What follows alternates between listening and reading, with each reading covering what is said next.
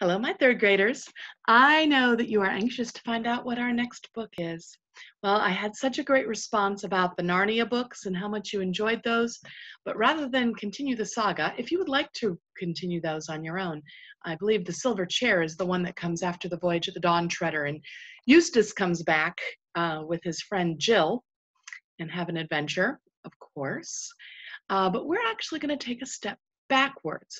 This is technically the sixth book in the series, but chronologically, time-wise, it actually comes first.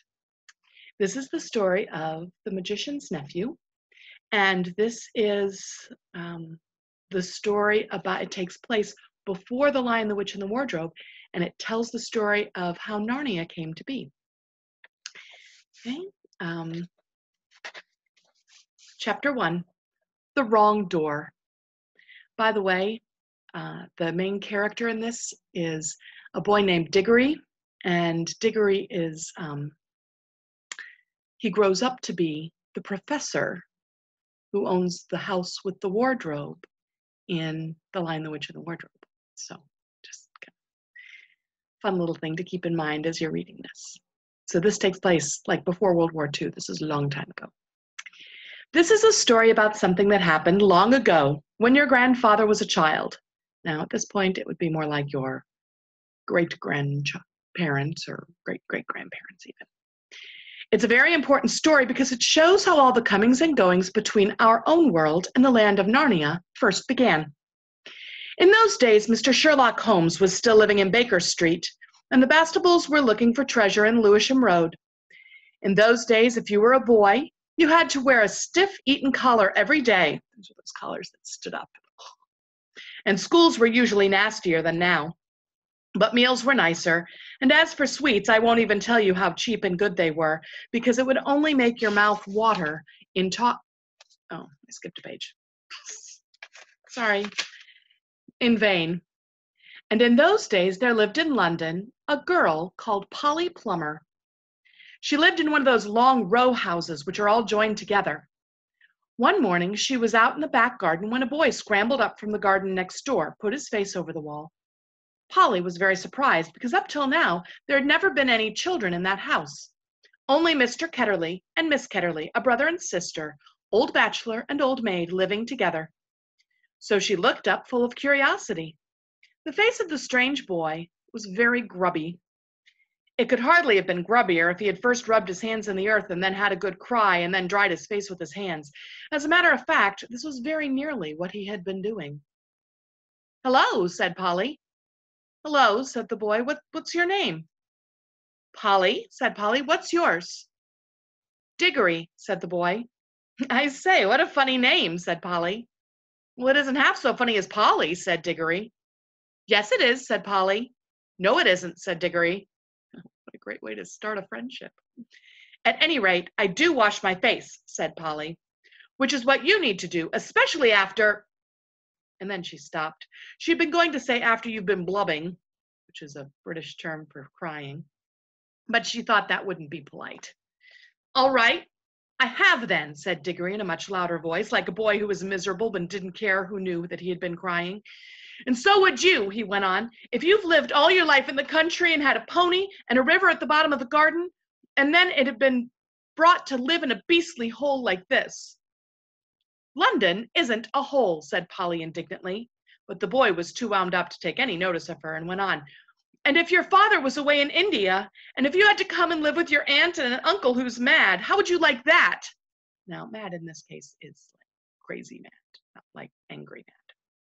"And if the reason that they were looking after you is because your mother, and if your mother was ill and going to die," then his face went all wrong sort of shape, as it does when you're trying to keep back tears. "I didn't know, I'm sorry," said Polly humbly. And then, because she hardly knew what to say, she also to turn Diggory's mind to more cheerful subjects, she asked, "Is Mr. Ketterley really mad?" "Well, either he's mad," said Diggory, "or there's some other mystery. He has a study on the top floor, and Aunt Letty says that I must never go up there. Well, it looks fishy to begin with. Then there's another thing. Whenever he tries to say anything to me at meal times, He never even tries to talk to her. She always shuts him up. She says, "Don't worry the boy, Andrew," or "I'm sure Diggory doesn't want to hear about that," or else, "Now, Diggory, wouldn't you like to go out and play out in the garden?" Well, what sort of things does he try to say? I don't know. He never gets far enough. But it's more than that. One night, it was last night, in fact, as I was going past the foot of the attic on my way to bed, I don't much care for going past them either, I'm sure I heard a yell. Well, perhaps he keeps a mad wife shut up there. Yes, I've thought of that. Or perhaps he's a coiner. It's like somebody who makes, we'd call them a counterfeiter, somebody who makes money and they're not the government. Or perhaps he'd been a pirate, like the man at the beginning of Treasure Island, and be always hiding from his old shipmates. How exciting, said Polly. I never knew your house was so interesting. You may think it interesting, said Diggory, but you wouldn't if you'd have to sleep there. How would you like to lie awake listening for Uncle Andrew's steps to come creeping along the passage to your room? He has such awful eyes. That was how Polly and Diggory got to know one another. And as it was just the beginning of the summer holidays, and neither of them were going away to sea that year, they met nearly every day. The adventures began chiefly because it was one of the wettest and coldest summers that they had for years. It drove them to indoor things. You might say indoor exploration. It's wonderful how much exploring you can do with the stump of a candle in a big house. You should never light a candle without your parents' permission, okay? Or a row of houses. Polly had discovered long ago that if you opened a certain little door at the box room attic of her house, you would find the cistern, that's a water collection, and a dark place behind it in which you could get by through a little careful climbing. The dark place was like a long tunnel with a brick wall on one side and the sloping roof on the other. In the roof, there were little chinks of light between the slates. There was no floor in the tunnel. You had to step from rafter to rafter, and between them there was only plaster. If you stepped on this, you'd find yourself falling through the ceiling of the room below. Polly had used the bit of the tunnel just beside the cistern as a smuggler's cave. She brought up old bits of packing cases and seats of broken kitchen chairs and things of that sort and spread them across the rafter, from rafter to rafter, so as to make a bit of a floor. That's like a little clubhouse. Here she kept a cash box containing various treasures and a story she was writing, and usually a few apples. She'd often drunk a quiet bottle of ginger beer in there. It's like ginger ale. The old bottles made it look more like a smuggler's cave. Diggory quite liked the cave. She wouldn't let him see the story, but he was more interested in exploring. Look here, he said. How long does this tunnel go on for? I mean, does it stop where your house ends? No, said Polly. The walls don't go over the roof, out to the roof. It goes on. I don't know how far. Then we could go the length of the whole row of houses. So all the houses have the same roof going across.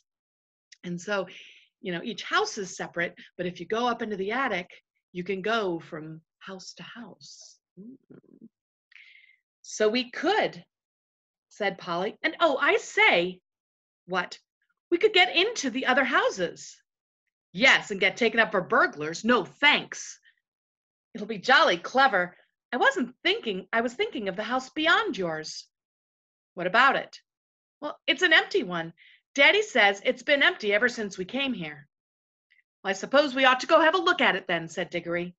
So they're trying to get, there's Polly's house, and then there's Diggory's, the Ketterleys' house, and then there's an empty house beyond that.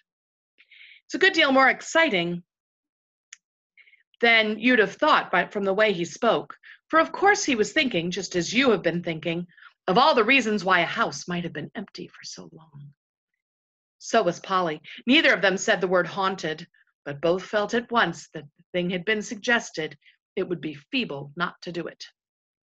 Shall we go and try it now? Said Diggory. All right, said Polly. Don't, if you'd rather not, said Diggory. I'm game if you are, said she. How are we to know when we've gotten to the next house? But one. They decided that they would go into the box room and walk across it and take steps as long as the steps from one rafter to the next. That would give them an idea of how many rafters went to a room. That would allow them about 4 more for the passage between the 2 attics and Polly's house, and then the same number for the maid's bedroom as for the box room. Then that would give you the length of the house. When they had done that distance twice, they would be at the end of Diggory's house, and any door they came to after that would lead them into the attic of the empty house. So they're going to cross over the Ketterleys' house and into the empty house. But I don't expect it's really empty at all, said Diggory. Well, what do you expect? I expect someone lives there in secret, only coming in and out at night with a dark lantern. We shall probably discover a gang of desperate criminals and get a reward. It's all rot to say that the house would be empty all these years unless there was some sort of mystery. Daddy thought it must be the drains, said Polly. So like the plumbing's bad. Pah! Grown-ups are always thinking of uninteresting explanations, said Diggory. Now that they were talking by daylight in the attic instead of by candlelight in the smuggler's cave, it seemed much less like the empty house would be haunted. When they had measured the attic, they had to get a pencil and do a sum. They both got different answers at first, and even when they agreed, I'm not sure that they got it right. They were in a hurry to start on their exploration. We mustn't make a sound, said Polly as they climbed again behind the cistern. Because it was such an important occasion, they took a candle each. Polly had kept a good store of them in her cave. Again, don't light candles in your house unless your parents know about them, okay? It was very dark and dusty and drafty, and they stepped from rafter to rafter without a word except when they whispered to one another. We're opposite your attic now. This must be halfway through our house. And neither of them stumbled, and the candles didn't go out, and at last they came to where they could see a little door in the brick wall on their right. There was no bolt or handle on this side of it, of course, for the door had been made for getting in and not for going out. But there was a catch, as there often is on the inside of a cupboard door, and they felt sure that they would be able to turn. Shall I? Said Diggory. I'm game if you are, said Polly, just as she had said before. Both felt that it was becoming very serious, but neither would draw back. Diggory pushed around the catch with some difficulty. The door swung open, and suddenly daylight made them blink. Then, with a great shock, they saw that they were looking not into a deserted attic, but into a furnished room. But it seemed empty enough. It was dead silent. Polly's curiosity got the better of her. She blew out her candle and stepped out into the strange room, making no more noise than a mouse. It was shaped, of course, like an attic, but furnished as a sitting room. Every bit of the walls were lined with shelves, and every bit of the shelves were full of books. A fire was burning in the grate. You remember that it was very cold, wet summer that year, and in front of the fireplace, with its back towards them, was a high-backed armchair. Between the chair and Polly, filling most of the middle of the room, was a big table piled with all sorts of things, printed books and books of the sort that you write in, and ink bottles and pens and sealing wax and a microscope. But what she noticed first was a bright red wooden tray with a number of rings on it. They were in pairs, a yellow one and a green one together, then a little space, and then another yellow one and another green one. They were no bigger than ordinary rings, and no one could help noticing them because they were so bright. They were most beautifully shiny little things, as you can imagine. If Polly had been a little younger, she would have wanted to put one in her mouth. The room was so quiet that you noticed the ticking of the clock at once. And yet, as she now found, it was not absolutely quiet either. There was a faint, very, very faint humming sound, as if Hoovers, this wouldn't be like Mrs. Hoover and Faith and Amelia. Hoovers were what they called vacuum cleaners in England. If Hoovers had been invented in those days, Polly would have thought that it was the sound of a Hoover being worked a long way off, several rooms away and several floors below. But it was a nicer sound than that, a more musical tone, only so faint that you could hardly hear it. It's all right, there's no one here, said Polly over her shoulder to Diggory. She was speaking above a whisper now, and Diggory came out, blinking and looking extremely dirty, as indeed Polly was too. This is no good, he said. It's not an empty house at all. We better bunk before anybody comes in. What do you think those are? Asked Polly, pointing to the colored rings. Come on, said Diggory, the sooner. He never finished what he was going to say, for at that moment, something happened. The high-backed chair in front of the fire moved suddenly, and there rose out of it, like a pantomime demon coming out of a trapdoor, it would be like in an old-fashioned play, the alarming form of Uncle Andrew. They were not in the empty house at all. They were in Diggory's house and in the forbidden study. Both children said, "Oh," and realized their terrible mistake. They felt that they ought to have known all along that they hadn't gone nearly far enough. Uncle Andrew was very tall and very thin. He had a long, clean-shaven face with a sharp nose and extremely bright eyes and a great tousled mop of gray hair. By the way, third graders, my teacup here, it's decaf, cat, it's a decaf. And on the other side is caffeinated, because caffeine kind of gives you a little bit of energy. Just a little boost. All right, back to Uncle Andrew. Diggory was quite speechless, for Uncle Andrew looked 1,000 times more alarming than he had ever looked before. Polly was not so frightened yet, but she soon was, for the very first thing Uncle Andrew did was walk across to the door of the room, shut it, and turn the key in the lock. Then he turned around, fixed the children with his bright eyes, and smiled, showing all his teeth. "There," he said, "now my fool of a sister can't get at you." It was dreadfully unlike anything a grown-up would be expected to do. Polly's heart came into her mouth. She and Diggory started backing toward the little door that they had come in by. Uncle Andrew was too quick for them. He got behind them and shut the door and stood in front of it. Then he rubbed his hands and made his knuckles crack. He had very long, beautifully white fingers. "Oh, I am delighted to see you," he said. "Two children are just what I wanted." "Please, Mr. Ketterly," said Polly, "I've got to go home. Will you let us out, please?" "Oh, not just yet," said Uncle Andrew. "This is too good an opportunity to miss. I wanted two children. You see, I'm in the middle of a great experiment. I've tried it on a guinea pig, and it seemed to work. But then a guinea pig can't tell you anything, and you can't explain to it how to come back." "Look here, Uncle Andrew," said Diggory. "It really is dinner time, and they'll be looking for us in a moment. You must let us out." "Must?" said Uncle Andrew.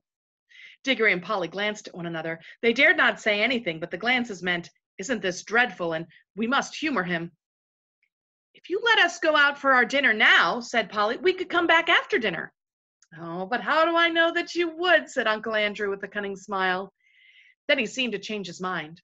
Well, well," he said, "if you really must go, I suppose you must. I can't expect two youngsters like you to find it much fun, talking to an old duffer like me." He sighed and went on. "You've no idea how lonely I am sometimes. But no matter. Go on to your dinner. I must give you a present before you go. It's not every day I see a little girl in such a dingy old study, especially, if I may say so, such an attractive young lady as yourself." Polly began to think that maybe he might not be mad after all. "Wouldn't you like a ring, my dear?" said Uncle Andrew to Polly. Should you take things from strangers? "Do you mean one of the yellow or green ones?" said Polly. "How lovely." "Oh, not a green one," said Uncle Andrew. "I'm afraid I can't give the green ones away, but I'd be delighted to give you any one of the yellow ones, with my love. Come, try one on." Polly had now quite gotten over her fright and felt sure that the old gentleman was not mad, and there was certainly something strangely attractive about those bright rings. She moved over to the tray. "Why, I declare," she said, "that humming noise gets louder over here. It's almost as if the rings were making it." "What a funny fancy, my dear," said Uncle Andrew with a laugh. It sounded very natural. It sounded a very natural laugh, but Diggory could see an eager, almost greedy look on his face. "Polly, don't be a fool," he shouted. "Don't touch them." It was too late. Exactly as he spoke, Polly's hand went out to touch one of the rings, and immediately, without a flash or a noise or a warning of any sort, there was no Polly. Diggory and his uncle were alone in the room.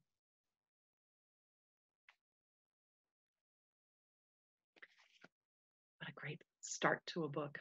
I hope you enjoy this story because it is a good one. And I miss you guys a lot. I miss reading to you. I miss watching your faces while I'm reading to you.